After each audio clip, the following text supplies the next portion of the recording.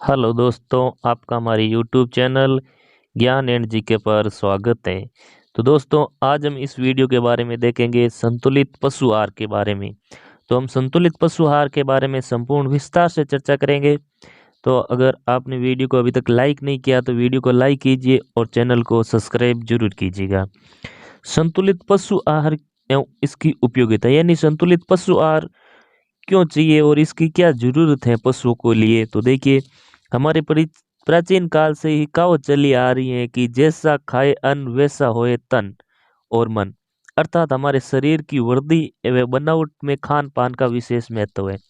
यानी अगर जैसा हम खाएंगे वैसा हमारा तन और मन होगा। यही सिद्धांत पशुओं पर भी लागू होता है, परंतु हम जानते हैं कि पशुओं का जीवन अधिकतर वनस्पति जगत पर ही निर्भर करता है।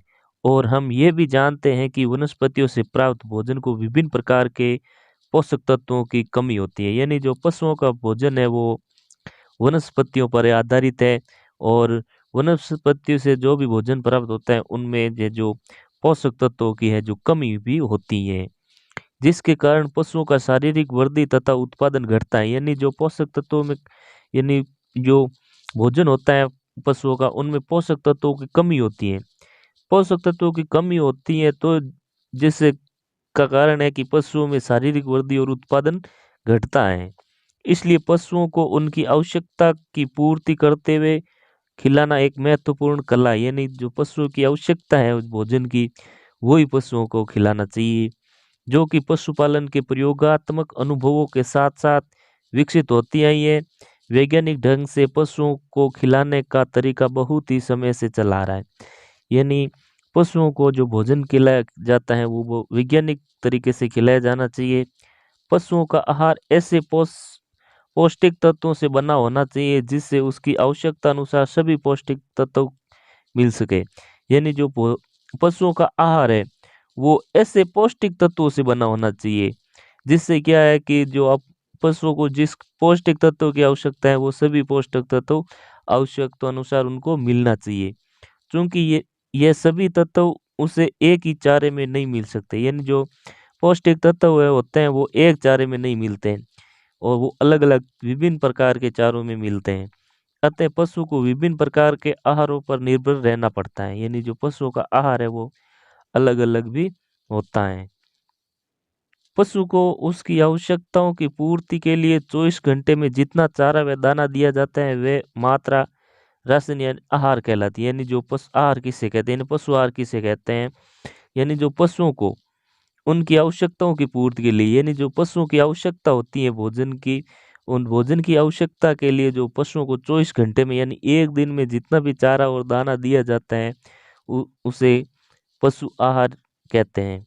पशु को उसके शरीर भार के अनुसार उसके जीवित रहने के लिए जीवन निर्वाह व आहार वृद्धि उत्पादन व कार्य के लिए वर्धक आहार की आवश्यकता होती है। यानी जो पशुओं को अपने भार के अनुसार उसके जीवित रहने के लिए यानी जीवन निर्वहन के लिए वृद्धि और उत्पादन करने के लिए उसको आवश्यकता अनुसार है जो आहार की आवश्यकता होती है।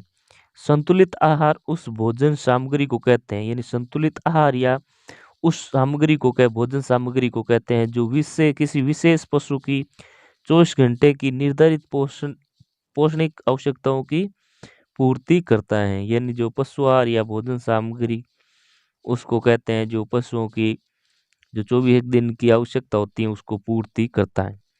संतुलित राशन में कार्बन, वसा और प्रोटीन के आपसी विशेष अनुपात के लिए कहा गया है। यानी जो संतुलित राशि में जो भोजन में कार्बन, वसा और प्रोटीन होना आवश्यक है भोजन के लिए।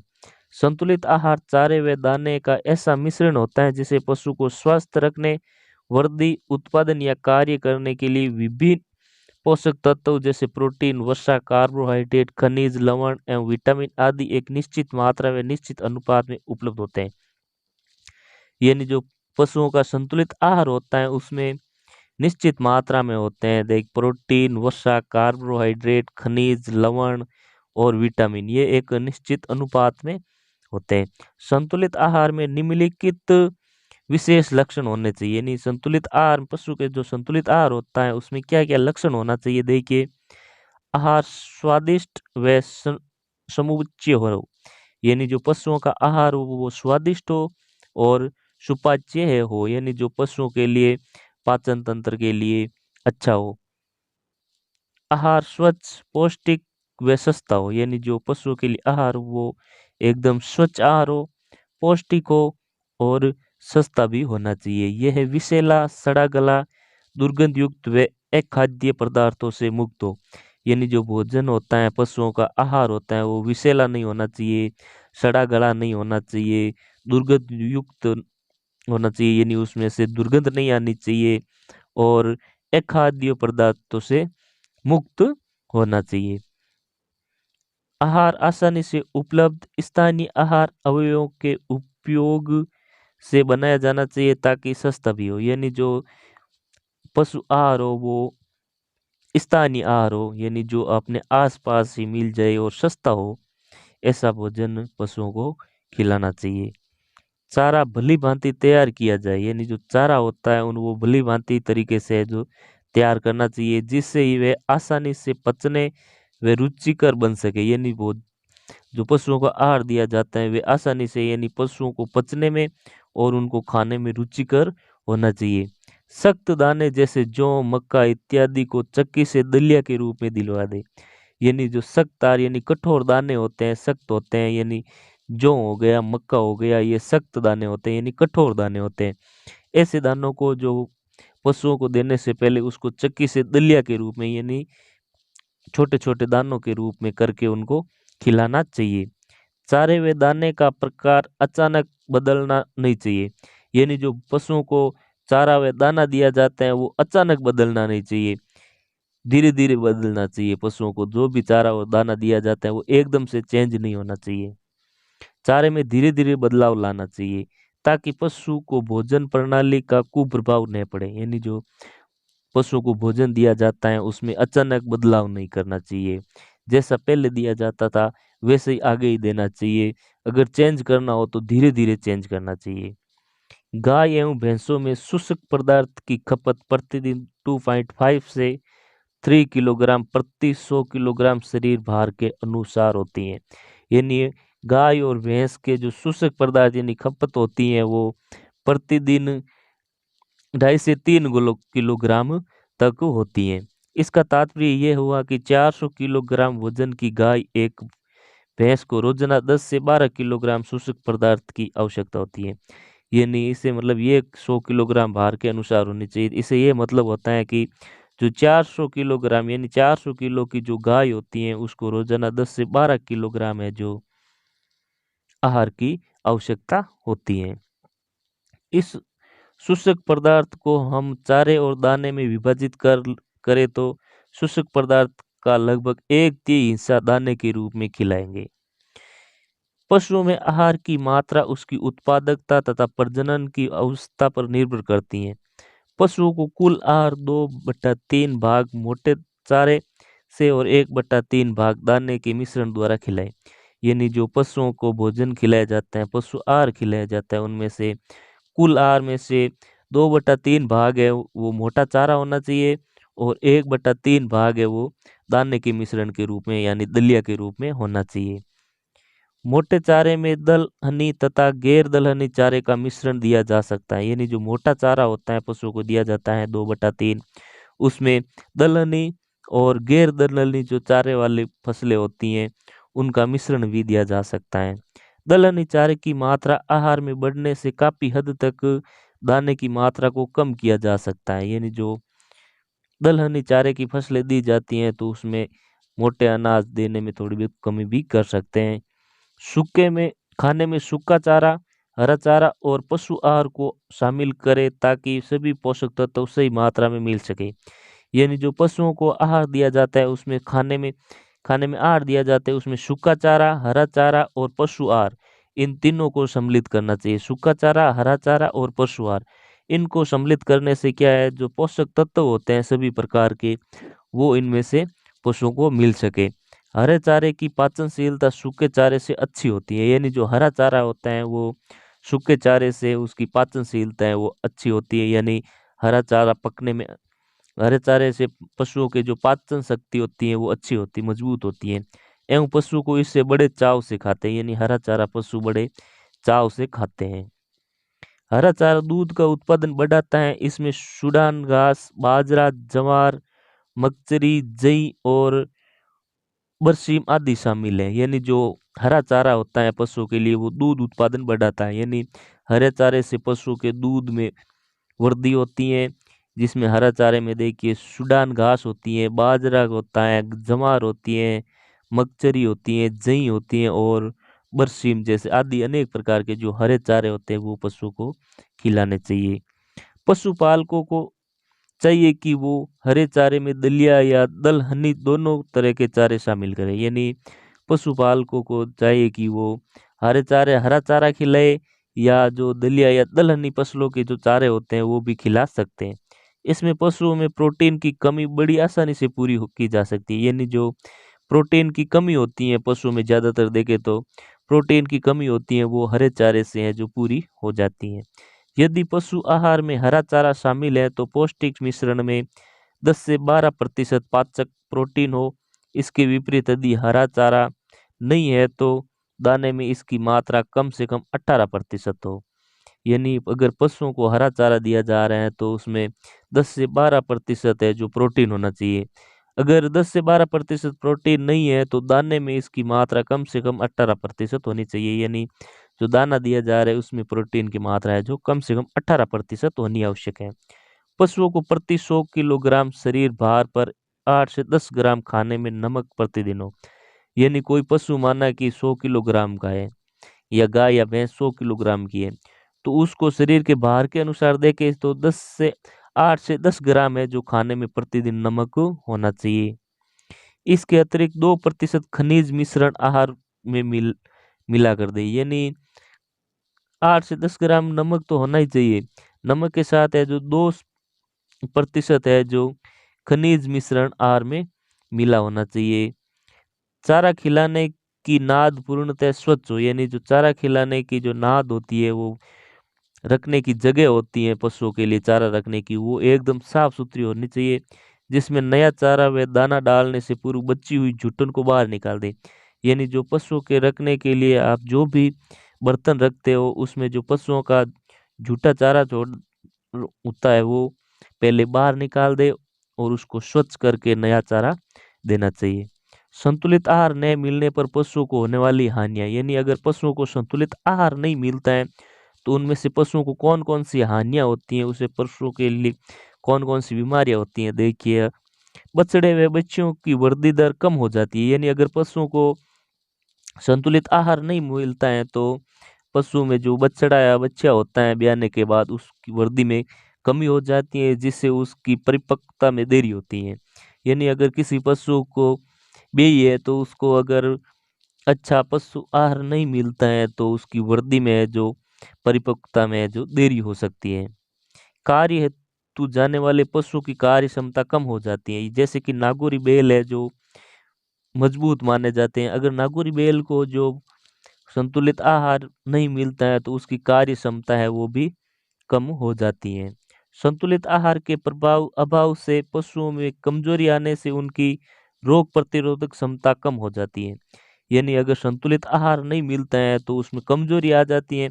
अगर कमजोरी हो जाती है पशुओं में तो उसको जो रोग प्रतिरोधक क्षमता होती है, जो रोग से लड़ने की जो क्षमता होती है पशुओं में वो भी कम हो जाती है। सांडों में कम उत्तेजना, शुक्राणुओं में निष्क्रियता, गायों में गर्मी में न आना व गर्भधारण में देरी संतुलित आहार के अभाव में उत्पन्न होती है। यानी जो ये कमियां होती हैं वो संतुलित आहार की कमी से ही होती हैं। ऐसे पशुओं के गर्भधारण के लिए बछड़ा अस्वस्थ व कमजोर होता है तथा कभी कभी गर्भपात की संभावना में प्रबल रहती है। यानी अगर संतुलित आहार नहीं मिलता है पशुओं को तो बछड़ा है जो अस्वस्थ या कमजोर पैदा होगा या कभी कभी गर्भपात की भी संभावना भी रहती है। संतुलित आहार के अभाव में पशुओं में दुग्ध उत्पादन दिन प्रतिदिन कम हो जाता है जो आर्थिक दृष्टि से अति आवश्यक महत्वपूर्ण है। यानी अगर पशुओं को संतुलित आहार नहीं मिलता है तो उसके अभाव में जो है दूध की मात्रा में भी लगातार कमी हो जाती है जो आर्थिक दृष्टि से अति आवश्यक या महत्वपूर्ण है। संतुलित के आहार में संतुलित दाना कितना खिलाए, यानी पशुओं को जो आहार दिया जाता है उसमें संतुलित आहार में दाना कितना होना चाहिए। वैसे तो पशुओं के आहार की मात्रा का निर्धारण उसके शरीर की आवश्यकता व कार्य के अनुरूप तथा उपलब्ध भोजन पदार्थों में पाए जाने वाले पोषक तत्वों के आधार पर गणना करके किया जाता है। यानी जो दाना दिया जाता है पशुओं को, वो उनकी पशुओं की कार्य क्षमता और उनके शरीर के अनुसार दिया जाना चाहिए। लेकिन पशुपालकों को गणना कार्य व कठिनाई से बचने के लिए थंब रूल को अपनाना अधिक सुविधाजनक है। यानी जो पशुओं को है, जो पशुपालकों को है, जो कार्य करने में अगर कठिनाई आए तो उससे बचने के लिए थंब रूल को है जो अपनाना अधिक सुविधाजनक है। आगे देखिए, इसके अनुसार हम मोटे तौर पर वयस्क दुधारू व पशु के आहार को निम्न वर्गों में बांट सकते हैं। यानी जो वयस्क दुधारू पशु होते हैं उसके आहार कैसा होना चाहिए, देखिए जीवन निर्वाह के लिए, यानी अगर जीवन निर्वाह के लिए जो दान पशुओं को आहार दिया जाता है वो कैसा होना चाहिए थे। यह आहार की वह मात्रा है जो पशु को अपने शरीर को स्वस्थ रखने के लिए दिया जाता है। यानी जो पशु को जीवन निर्वाह के लिए जो आहार दिया जाता है वो पशु अपने शरीर को स्वस्थ रखने के लिए दिया जाता है। ऐसे पशु अपने शरीर के तापमान को उचित सीमा में बनाए रखने, शरीर को आवश्यक क्रियाओं जैसे पाचन क्रिया, रक्त परिवहन, श्वास उत्सर्जन, चयापचय आदि के लिए काम में लाया जाता है। इससे उसके शरीर का वजन भी एक सीमा में स्थिर बना रहता है, चाहे पशु किसी भी अवस्था में हो या आहार की उचित मात्रा देना पड़ता है। इसके अभाव में पशु कमजोर होने लगता है। अगर पशु को संतुलित आहार नहीं मिलता है तो वो निश्चित है कमजोर ही होगा, जिसके असर उसकी उत्पादकता व प्रजनन क्षमता पर पड़ता है। गाय के लिए इसकी मात्रा 1.5 किलो प्रतिदिन व भैंस के लिए 2 किलो प्रतिदिन होनी चाहिए। यानी जो संतुलित आहार दिया जाता है पशुओं को जीवन निर्वाह के लिए, वो जीवन निर्वाह के लिए गाय को तो प्रतिदिन दिया जाता है 1.5 किलो यानी 1.5 किलो, और भैंस को दिया जाना चाहिए 2 किलो दाने में। उत्पादन के लिए आहार, यानी अगर आप पशुओं से उत्पादन लेते हो, दूध लेते हो, उसके लिए पशुओं को कितना दाना देना चाहिए। उत्पादन आहार पशु की वह मात्रा है जिसे पशु को जीवन निर्वाह के लिए दिए जाने वाले आहार के अतिरिक्त उसके दूध उत्पादन के लिए दिया जाता है। यानी उत्पादन के लिए जो आहार दिया जाता है वो पशु के जीवन निर्वाह के साथ साथ उसके दूध के उत्पादन के लिए दिया जाता है। जीवन निर्वाह के अतिरिक्त गाय को प्रतिदिन 2.5 लीटर दूध के पीछे 1 किलो दाना तथा भैंस को प्रतिदिन 2 लीटर दूध के पीछे 1 किलो दाना दे। यानी जो भैंस गाय को दाना दिया जाता है जीवन निर्वाह के लिए वो दिया जाता है 1.5 kg। ये तो जीवन निर्वाह के लिए देना ही है। अगर आपको दूध चाहिए तो इसके साथ गाय को देना चाहिए 2.5 लीटर दूध चाहिए तो आपको देना चाहिए, आपको 1.5 kg के साथ में आपको देना चाहिए 1 किलो दाना। यानी 1.5 kg तो हो गया जीवन निर्वाह के लिए, और दूध के लिए देना चाहिए 1 kg दाना। और इसके साथ ही अगर भैंस की बात करें तो भैंस को है जो प्रतिदिन प्रत्येक 2 लीटर दूध के पीछे 1 किलो दाना दे। यानी जीवन निर्वाह के लिए भैंस को हो गया 2 kg, और 2 kg के साथ अगर आपको दूध चाहिए तो रोजाना 2 लीटर दूध के पीछे 1 kg है जो दाना देना चाहिए। यदि हर चारा पर्याप्त मात्रा में उपलब्ध हो तो हर 10 किलो अच्छे किस्म के हरे चारे को देकर 1 किलो दाना कम किया जा सकता है। यानी अगर 10 किलो अच्छे किस्म का हरा चारा खिला दे पशुओं तो 10 किलो हरे चारे के पीछे है जो 1 किलो दाना कम किया जा सकता है। इससे पशु आहार की कीमत कुछ कम हो जाएगी और उत्पादन भी ठीक बना रहेगा। पशु को दुग्ध उत्पादन तथा आजीवन निर्वाह के लिए साफ पानी दिन में कम से कम 3 बार जरूर पिलाए। यानी पशुओं को अगर पानी की बात करें तो जीवन निर्वाह के साथ साथ जीवन निर्वाह के लिए साफ पानी दिन में कम से कम 3 बार पिलाना चाहिए। पशु को पानी है जो दिन में कम से कम 3 बार पिलाना चाहिए। गर्भावस्था के लिए आहार, यानी अगर पशु गर्भावस्था में है तो उसके लिए कैसा आहार, कितना आहार देना चाहिए। पशु की गर्भावस्था में उसे 5वें महीने से अतिरिक्त आहार दिया जाता है, क्योंकि इस अवधि के बाद गर्भ में पल रहे बच्चे की वृद्धि बहुत तेजी के साथ होने लगती है। यानी जो पशुओं को गर्भावस्था में 5वें महीने में है जो अतिरिक्त आहार दिया जाता है, यानी 5वें महीने के बाद है जो पशुओं को अतिरिक्त आहार यानी एक्स्ट्रा आहार दिया जाता है। एक्स्ट्रा आहार क्यों दिया जाता है? क्योंकि 5वें महीने के बाद है जो गर्भ में पल रहे बछड़ा है उसे वो उसकी वृद्धि है जो तेजी से होने लगती है। अतः गर्भ में पल रहे बच्चे की उचित वृद्धि व विकास के लिए तथा गाय भैंस के अगले ब्यात में सही दुग्ध उत्पादन के लिए इस आहार को देना नितांत आवश्यक है। यानी जो अतिरिक्त आहार दिया जाता है पशुओं को गर्भावस्था में, वो गाय या भैंस कोई भी हो, तो उसके उसकी वृद्धि और विकास के लिए और उसमें सही दूध उत्पादन के लिए आवश्यक हैं। 5 महीने से ऊपर की गाभिन गाय या भैंस को 1 से 1.5 किलो दाना प्रतिदिन जीवन निर्वाह के अतिरिक्त दे। यानी कोई अगर गाय या भैंस है वो ब्यात में है तो उसे जीवन निर्वाह के साथ साथ 1 से 1.5 किलो है जो दाना है जो प्रतिदिन एक्स्ट्रा देना चाहिए। बछड़े या बछड़ियों के लिए, यानी अगर बछड़ा है या बछड़ी है उसके लिए कितना देना चाहिए? 1 से 2.5 किलो तक दाना प्रतिदिन उसकी उम्र या वजन के अनुसार दे।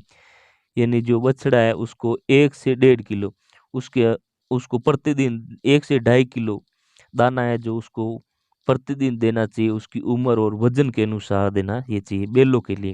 बैलों के लिए है जो संतुलित आहार में देखे तो खेतों में काम करने वाले बैलों के लिए 2 से 2.5 किलो प्रतिदिन, बिना काम करने वाले बैलों के लिए 1 किलो प्रतिदिन। यानी जो दाना दिया जाता है बैलों को, अगर वो बैल खेतों में काम कर रहे हैं तो उसे 2 से 2.5 किलो प्रतिदिन देना चाहिए। अगर बैलों को बिना काम कर रहे तो उसको भी 1 किलो प्रतिदिन। तो दोस्तों आज का वीडियो हमारा कैसा लगा? अगर अच्छा लगा तो वीडियो को लाइक कीजिएगा और चैनल को सब्सक्राइब जरूर कीजिएगा। थैंक यू, धन्यवाद।